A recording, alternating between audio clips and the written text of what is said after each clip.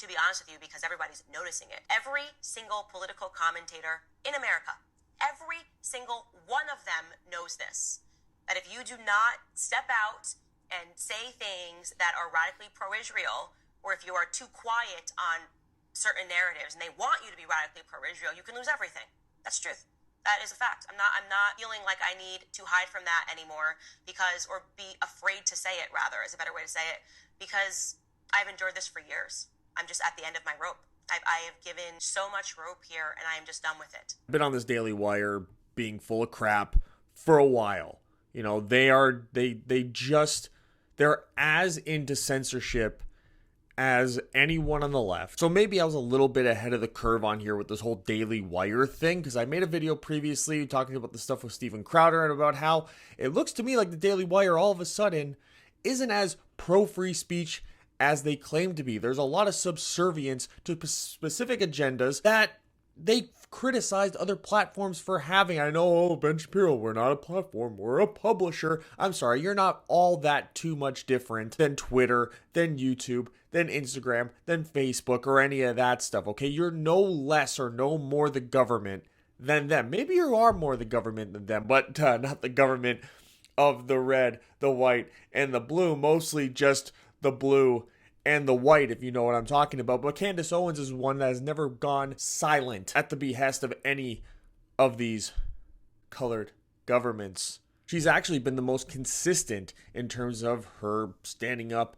for free speech, her standing up for what she thinks is right, and God forbid, a step too far for the Daily Wire and Ben Shapiro and Jeremy Boring being the key word in that statement. She just was like, hey guys, maybe we should not support just killing people indiscriminately over in the Middle East. And that was a step too far. How dare you? Or what are you, anti-Semitism person? Anti-Semite?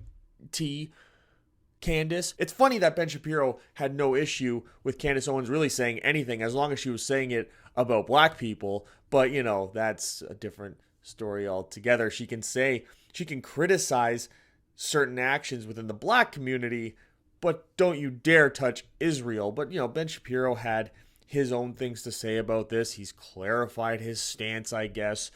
And this is what that sounded like. Literally tens of millions of people in the United States who are afraid that the cancel culture is coming for them. And cancel culture does exist. Okay, so what this results in very, very often is corporations looking to cram down a particular viewpoint on you and then cancel you. When it comes to the hosts on the Daily Wire, obviously everyone is able to say what they want, but the reality is that there is an Overton window at the Daily Wire. There are polls out there that show that a vast majority of Americans in every single political group, including liberals, feel like they cannot say what they want to say in public because they are afraid that they are going to be canceled, fired, cast out from polite society. This actually happened to a socialist moron named Nathan Robinson. He got canceled from The Guardian.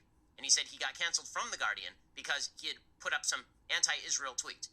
Okay, now I think he's an idiot. I think that his views on Israel are abhorrent, but I don't think that he should lose his columnist slot over at The Guardian. That's a different story, obviously, when it comes to any publisher. Any publisher gets to make decisions about what it wishes to purvey and not. He certainly would not defend anybody on the other side who got canceled. In fact, he has repeatedly said cancel culture does not exist. Okay, it does exist. The fact that there are people out there who want you to lose your job for the sin of saying things they don't agree with is extraordinarily real, and it is happening on a moment-by-moment basis. You know, the Daily Wire is a publisher, not a platform. Publishers obviously have to decide what sort of things they wish to pay for the publication of, and when it comes to hosts and publishers, parting ways, obviously there'll be a non-meeting of the minds. That's pretty much all I can say on that.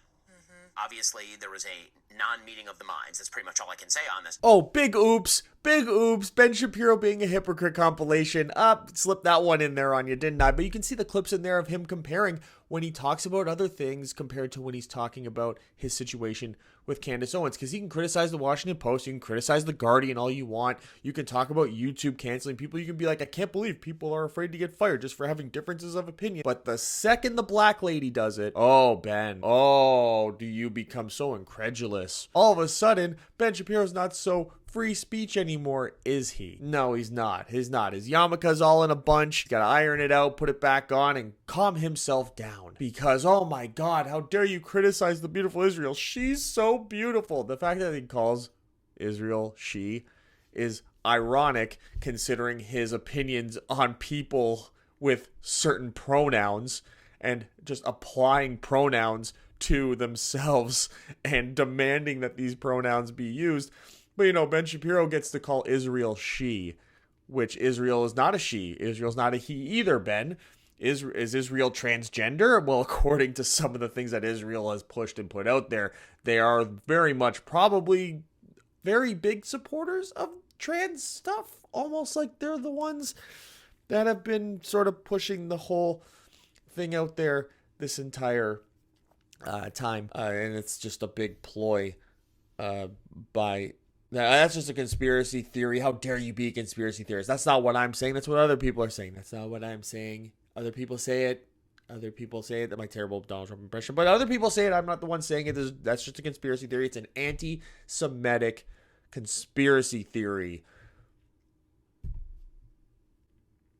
The thing that creeps me out the most, though, is this, and I've said it before, is the Christian conservative right and their subservience to Israel. Their like obsession with like upholding Israel and Judaism, when there couldn't be any further of a contradiction than that type of support and that type of alliance. The alliance really makes no sense. I know people go like, well, look, the Old Testament is the Torah. Well, first of all, a lot of modern Jews don't even believe in the Torah. They believe in something called the Talmud, and you can look that stuff up yourself and some of the passages that exist in there. It's not Jews who believe in Jesus being anything other than a blasphemist, which is odd because the Muslims believe that Jesus is exactly who he said he was. They just believe that he just wasn't the tippy top of the food chain in terms of the saviors, in terms of the holiest of holy